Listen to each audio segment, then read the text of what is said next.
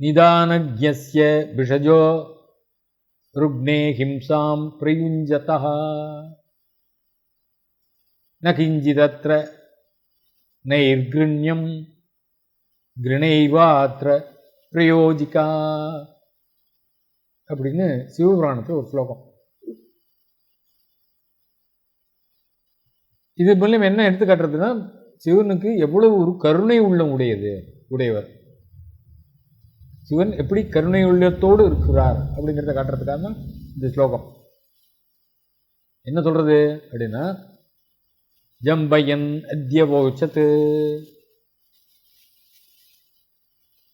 தாம் பக்தர்களுக்கு யாரெல்லாம் விரோதியா இருக்காளோ அத்தனை பேர்களுக்கும் அவர்களை அழிக்கக்கூடியவர். அப்படிப்பட்டவர் எனக்காக பரிந்து பேசணும், எல்லார்கிட்டையும் எனக்கு துக்கம் செய்ய வரலான்னா எனக்காக பரிந்து பேசி அவர்களை இந்த துக்கத்திலிருந்து துக்கம் செய்யாதே என்று அவர்களை தவிர்க்க வைக்கணும் அப்படின்னு நம்ம பிரார்த்தனை பண்ணுறோம். பக்தர்களுக்கு விரோதியாக இருந்தாலும் சரி, அவங்க அவர்களுக்காக பரிந்து பேசி அவர்களை அழிக்க வேண்டும்னு வேண்டிக்கிறோம். அழிக்க வேண்டும்னா ஒரு மனிதர்கள் இல்லை, அந்த எண்ணத்தை அழிக்கணும். நமக்கு எகென்ஸ்டாக யாராவது வரா நெகட்டிவ் ஃபோர்ஸ் இதாக வருதுன்னா அந்த நெகட்டிவ் ஃபோர்ஸ் எல்லாம் அழிக்கணும், ஃபோர்ஸ் தான் அழிக்கணும். அப்படி ஃபோர்ஸ் எங்கேருந்து கிரியேட் ஆகுது அப்படின்னா ஒருவருடைய மனதினால, எண்ணத்தினால. அந்த எண்ணங்களை எல்லாம் போக்கக்கூடியவர். எல்லா திறமையும் அவர்கிட்ட இருக்கு. அனாயசமாக ஒரு நிமிஷத்தில் எல்லாத்தையும் அழிச்சிருவார். அப்படி பண்ணி அது இன்னும் எத்தனை நாள் எடுத்துப்பார் அப்படிலாம் கிடையாது. இந்த மூமெண்ட், யாராவது நல்ல தீய எண்ணத்தோடு நம்ம அணுகினால் அந்த தீய எண்ணத்தை ஒரு செகண்டில் அப்படி தூக்கிடுவார். அவர் நல்ல மாதிரி மாறிவிடும். அப்படி பண்ணக்கூடிய சக்தி படுத்தவர். அப்படிப்பட்டவரே அவருக்கு நான் என்னுடைய நமஸ்காரம் போடும். அதுக்கப்புறம் காப்பாற்றணும். அதே மாதிரி எல்லா பாவங்களையும் போகக்கூடியவர்னு நம்ம சொல்லியிருக்கோம். இப்போது ஏன் அப்படி எந்த காலகட்டத்திலும் சரி, கட்டத்திலையும் சரி, நட்டத்திலையும் சரி, சுகமாக இருந்தாலும் சரி, எந்த காலகட்டத்திலையும் என்னையே நினைச்சுட்டு இருக்கான் அப்படிங்கிற பொழுது அவனுக்கு நாம் நன்மை அப்படியே நினைத்து கொண்டிருக்கிறான், இயற்கையாக வாழ கற்றுக்கொண்டிருக்கிறான். அப்படிங்கிற போது அவனுக்கு ஒரு நல்ல நற்கதியை கொடுக்கணும் அப்படிங்கிற ஒரு எண்ணத்தை சிவன் வைத்திருக்கார். அப்படிப்பட்ட சிவனை நான் வணங்குகிறேன் அப்படின்னு சொல்லி வேண்டிக்கணும். அதனால்தான் அதிப்ருவந்தம் அதிப்ருவன் ஜம்பயத்து அப்படின்னு சொல்லாமல் ஜம்பயந்தம் அவோச்சத்து அப்படின்னு சொல்லியிருக்கு. காட்டில் பல காரியங்களை செஞ்சு கொண்டிருக்கும் வேடர்கள் ஒரு சமயம் வில்வ மரத்தில் மேலே ஏறி நின்று கொண்டு வில்வ தளங்களை பிரித்து கீழே எரிஞ்சு போட்டுட்டே இருந்தோம். இந்த சிவராத்திரி கதையெல்லாம் நம்ம கேட்டிருக்கோம். அந்த இடத்துல ஒரு சிவலிங்கம் இருந்தது. அதை இந்த வேடர்களுக்கு தெரியல, அங்கே சிவலிங்கம் இருக்குன்னு தெரியல, ஏதோ ஒன்றும் மேலேருந்து இலையை பறித்து போட்டுருக்கான் அது ராத்திரிகள். ஆனால் என்னாச்சுன்னா அவங்க போட்ட இலை அந்த வில்வ தளங்கள் இருக்க சிவலிங்கத்தின் மேலே விழுந்துட்டே இருந்தது. அப்போது இவனு தன்னை அறியாமலே ஒரு அர்ச்சனை பண்ணிட்டு இருக்கான் என்ன இந்த வேடர்கள் அப்படின்னு சொல்லிட்டு, இதனால பரமேஸ்வரனுக்கு ரொம்ப திருப்தி ஆயிடுச்சு. அதனுடைய பலன் என்ன கிடைச்சது அப்படின்னா, அவர்கள் நேச்சுரலாக இறந்த பிறகு அந்த 2 பேரையும் அந்த வேடர்கள்லாம் மேலே கைலாசத்துக்கு அழைச்சின்னு வா அப்படின்னு சொல்லி அழைத்து கொண்டு விட்டார் அப்படின்னு கூட கதை உண்டு. அப்படி பரமேஸ்வர தூதர்கள்லாம், அதாவது கணங்கள் அழைத்துன்னு வரப்போது யமதூதர்கள்லாம் எதிர்க்க வந்துட்டான். அது என்ன, அவன் எத்தனையோ பாவம் பண்ணியிருக்கான், எல்லாம் பண்ணியிருக்கான், பறவைகள்லாம் அடிச்சிருக்கான், எல்லாம் பண்ணியிருக்கான். அப்படி இருக்கிற போது சரன்னு நேரம் கைலாசத்துக்கு அழைச்சின்னு போறியா எப்படி அப்படின்னு போய் யமதூதர்கள்லாம் அவளை எதிர்த்தான். அந்த வேடங்கள் கைலாசத்துக்கு அழைச்சி அது என்ன பண்ணாங்க, யமதூதர்களை அந்த சிவதூதர்கள் வெற்றி கொண்டு கைலாசத்துக்கு அழைத்து சென்றார்கள்னு கதை. அப்படின்னா என்ன அர்த்தம் அப்படின்னா, யமதூதர்கள் கூட அங்கே வேலை செய்ய முடியாது.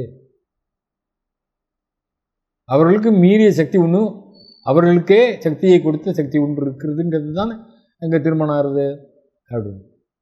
அப்படி யமன் சித்திரகுப்தன், யமன் சித்திரகுப்தன் தெரியும். யமன்னா பொதுவாக உயிர் எடுத்துகிட்டு போகிறவங்க தெரியும். சித்திரகுப்தன் நம்ம கணக்கு எழுதிட்டு இருக்கான், பாம்பு பூட்டி கணக்கில் அப்படின்னு தெரியும். இவர்கள்லாம் தான் நம்மளுக்கு கடைசி காலத்தில் எல்லாரையும் அழைச்சின்னு போடுறதுங்கிறது ஒரு எண்ணமாக வச்சுருக்கோம், நம்பிக்கையாகவும் இருக்குது. அப்படி அவர்கள் 2 பேரும் சித்திரகுப்தனும் யமன் வந்து எப்படி நீங்கள் கைலாசத்துக்கு காரணம் அழைச்சிட்டு வரலாம், இவங்ககிட்ட என்ன பாப்பம் இருக்குது என்னங்கிறது கணக்கெல்லாம் நான் வச்சுருக்கேங்கிறான் சித்திரகுப்தன். யமனும் அங்கே வேலை செய்ய முடியல. யமன் தூதர்கள்லாம் அனுப்பிச்சு பார்த்தா அவர்கள்லாம் வெற்றி கொண்டு உங்களுடைய சிவதூதர்கள் அழைத்து கொண்டு போய்விட்டார்களே அப்படின்னு கேட்குறான். அப்படி கேட்குறபோது அப்போ சொன்னால், இந்த வேடர்கள்லாம் தெரிஞ்சோ தெரியாமலோ மேலே வில்வதளத்தை போட்டான், என்ன அர்ச்சனை பண்ணிட்டான். அந்த அர்ச்சனை பண்ண அந்த க்ஷணத்திலேயே அவன் மேலே இருந்த பாபங்கள்லாம் போயிடுது. நீ என்ன பாப கணக்கு வச்சுருக்க, உன் பேப்பர்லாம் கிழிச்சு விடும் அப்படின்னு விட்டார். அதனால் அந்த என்னுடைய சிவபக்தர்களை தண்டிப்பதற்கு உனக்கு அதிகாரம் இல்லை அப்படின்னு பதில் சொன்னதாக கதைகள்லாம் சிவபுராணங்கள்லாம் கிடைக்கிறது. இதில் யமதூதர்கள்லாம் மிரட்டி அடித்த பிறகு வேடர்களுக்காக யமன் சித்திரகுப்தன் முதலிடம் பரிந்து பேசியதாக காணப்படுகிறது. சித்திரகுப்தன் முதலியவர்களிடம் பரிந்து பேசியதாக காணப்படுகிறது. அதனால் பரமேஸ்வரன் வந்து இப்போ பரிந்து பேசுகிறவர், விட்டுரு அப்படின்னு பரிந்து பேசுவார், ரெக்கமெண்ட் பண்ணுறவர். எப்போ அவர் திருப்தி அடைகின்ற பொழுது அவரை திருப்திப்படுத்துறதுக்காக தான் அவருடைய நாமாக்களை சொல்கிறேன். என்றைக்குமே ஒருத்தரை திருப்திப்படுத்துறதுன்னா அவளை கொஞ்சம் புகழ்ந்து பேசினா தான் கொஞ்சம் திருப்திப்படுத்த முடியும். நான் பல தடவை சொல்லியிருக்கேன் முன்னாடியே, பல யூடியூப்பில், பகவானை கூட ஸ்தோத்திரம் பண்ணால் தான் காரியம் நடக்கும். அவனையே நினச்சி பார்க்கல எனக்கு காரியம் நடத்தணும்னா எப்படி? அது பகவான் கிட்டக்க நம்ம நெருங்கி போனால் பகவான் தானாக வரான், நம்ம தான் நெருங்கி போகணும். அதனால் அப்படி நெருங்கி போகின்ற பொழுது அதனுடைய பலன் நமக்கு கிடைக்கிறது அப்படிங்கிறது அனுபவபூர்வமான விஷயம். நமக்கு தான் தெரியும். அது பிறர்கிட்ட சொல்ல வேண்டிய அவசியம் இல்லை, பிறருக்கு தெரியும்னு அவசியம் இல்லை, நம்மளாலேயே உணர முடியும். இதே ருத்ரத்தில் மேலேயும் ரட்சாச்சனோ அஜித தேவ புருகி என்றும் முதல்ல ரட்சித்தல், பிரிந்து பரிந்து பேசுதல் அப்படின்னு சொல்லியிருக்கு. காப்பாற்றுறார், பரிந்து பேசுகிறார். இந்த மந்திர ஜபம் ராட்சசர்கள், பிசாசு அதெல்லாம் இருக்கா சார் இந்த காலத்தில் கலியுகத்தில்? என்ன இருக்கா? ராட்சசனா ராட்சச தன்மைகள் உண்டு, பிசாசு தன்மைகள் உண்டு. அந்த தன்மைகளோடு இருக்கிறவர்களெல்லாம் பிசாசர்கள், அவ்வளோதான். அப்போது விஷம் உண்டு, ஜுரம் நமக்கு தெரியுது, அனுபவிக்கிறோம். அப்பப்போ எத்தனையோ ஜுரங்கள்லாம் வருது, இதனால் ஏற்படக்கூடிய துன்பங்கள்லாம் வருது. அந்த துன்பங்கள்லாம் அழிக்கக்கூடியது இந்த ருத்ர நாமாக்கள். சப்தத்துக்கு அவ்வளோ பவர் உண்டு. சாதாரணமாக ஒருத்தர் வந்து ஃபூல், முட்டாள் அப்படின்னு சொன்னேன்னா கோபம் வந்துடும். கொஞ்சம் அறிவாக பேசண்டாப்பா, கொஞ்சம் அப்படின்னு சொல்லி தன்மையாக பேசினோம்னாக்கா அவனுக்கு கோபம் குறைஞ்சி போடும். அதனால் சொற்களுக்கு என்றைக்குமே ஒரு வீரியம் உண்டு. அதை எப்படி நம்ம பயன்படுத்துகின்றோமோ அதுக்கு தகுந்தாற் போல் அதனுடைய எதிர்வினை அமையும் அப்படிங்கிறத நம்ம தெரிஞ்சுக்கணும். அதனால் இந்த மந்திர கவச்சம்னு சொல்கிறோம். இந்த கவச்சமானது மகரிஷி போதாயனர் சொல்லியிருக்கார். இந்த மந்திரம் இப்போ நம்ம சொன்ன மந்திரம், இப்போது போதாயனர் என்ன சொல்லியிருக்கார்? இந்த இது ஒரு கவச்சம் போன்றது. கவச்சம்னா நம்மளை காப்பாற்றக்கூடிய ஒரு ஆர்மர் அப்படிங்கிற மாதிரி. அது இந்த மந்திரத்துக்கு யார் ரிஷி அப்படின்னா கண்வ மகரிஷி. அவர் தான் கண்டுபிடிச்சி கொடுத்தார் இந்த மந்திரத்தை. இது சொல்லிகிட்டே வந்தால் உனக்கு கவச்சம் அப்படின்ட்டு.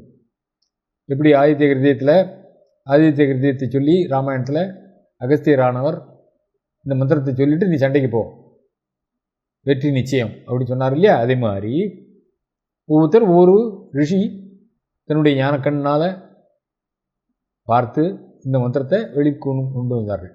அப்படிப்பட்ட ரிஷிகளில் கண்வர் ஒரு ரிஷி. அந்த ரிஷி இந்த மந்திரத்தை கொடுத்தார். அனுஷ்டுப் சந்தஸில் சொன்னார். தேவத்தை வந்து சம்புன்னா சிவன். இதுக்கு தியானம் எப்படி பண்ணுறது இந்த மந்திரத்துக்கு, இந்த 5வது மந்திரத்துக்கு அப்படின்னு. சந்திரார்கமௌளிம் காலாரிம் கால யஜ்ஞோபவீதினம் ஜுவலத் பாவக சங்காசம் தியாயே தேவம் திரிலோச்சனம். அர்த்தச்சந்திரனை சிறந்து தரிச்சுட்டு இருக்கார். சிவன் சொன்னால் அர்த்தச்சந்திரன் எப்போதுமே உண்டு. யமனை வென்றவர், காலாரி, சர்ப்பத்தை உபவீதமாக போட்டுருக்கார். அப்படியே எரிய நெருப்பு போல ஜல ஜலஜலம் ஜொலிக்கிட்டு இருக்கார். அது மாத்திரமல்ல, முக்கண்ணனுமா இருக்கார். அப்படிப்பட்டவரை நான் தியானம் பண்ணுறேன் அப்படின்னு சொல்லி இந்த மந்திரத்தை 50,000 தடவை சொல்லணும். நான் சொல்லியிருக்கேன், திருப்பி திருப்பி சொல்லணும். அப்படி ஜெபிச்சா மந்திர சித்தி கிடைக்கும் அப்படின்னு சொல்லி சொன்னேன்.